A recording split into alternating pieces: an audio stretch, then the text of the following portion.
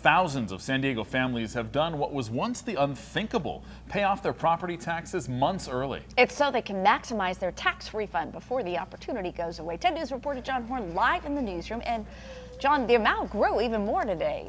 That's right, Ann, it did. I saw it for myself. A steady stream of people coming into the tax collector's office to pay their property taxes, and those taxes not marked delinquent until April. Families have until Sunday to pay the amount off in full and then write that off on this year's taxes. It's a money-saving opportunity that could disappear once tax reform kicks in on New Year's Day. John Baez is now $3,000 lighter in his bank account.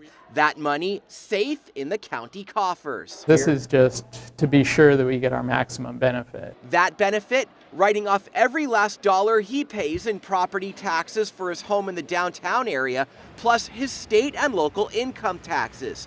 But starting next year with recently approved tax reform, Baez and everyone else who itemizes their deductions can only write off up to $10,000 in property, state, and local taxes.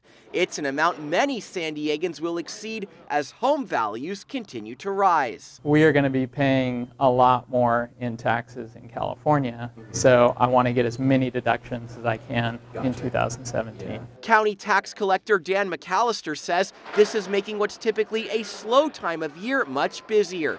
Already 193,000 families have paid their property taxes in full. That's 15,000 more compared to this time last year. Staffers who usually calculate and count tax payments around now are instead fielding phone calls and working the front counters. If you're going to pay, step up and pay early, get it done. Then you avoid mistakes, and that's the best way to go. Baez says he's certain he won't be able to write off all that he pays in state, local, and property taxes next year, which is why he just wrote the county a check months before it was due, something he'd never otherwise consider. I didn't want the tax collector to use that money for free for 5 months.